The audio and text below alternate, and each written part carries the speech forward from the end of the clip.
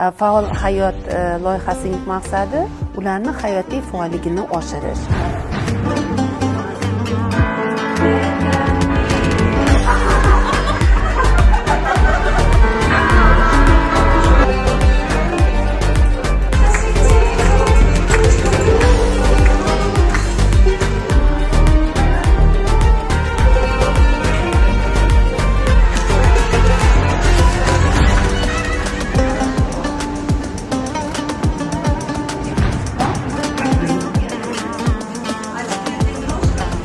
Shu bilan bir qatorida nuroniylar maskaniga o'zgalar parvarishiga muhtoj shaxslarni olib kelish va olib ketishda Inson ijtimoiy xizmatlar markazi tomonidan hamrohlik xizmati ko'rsatiladi.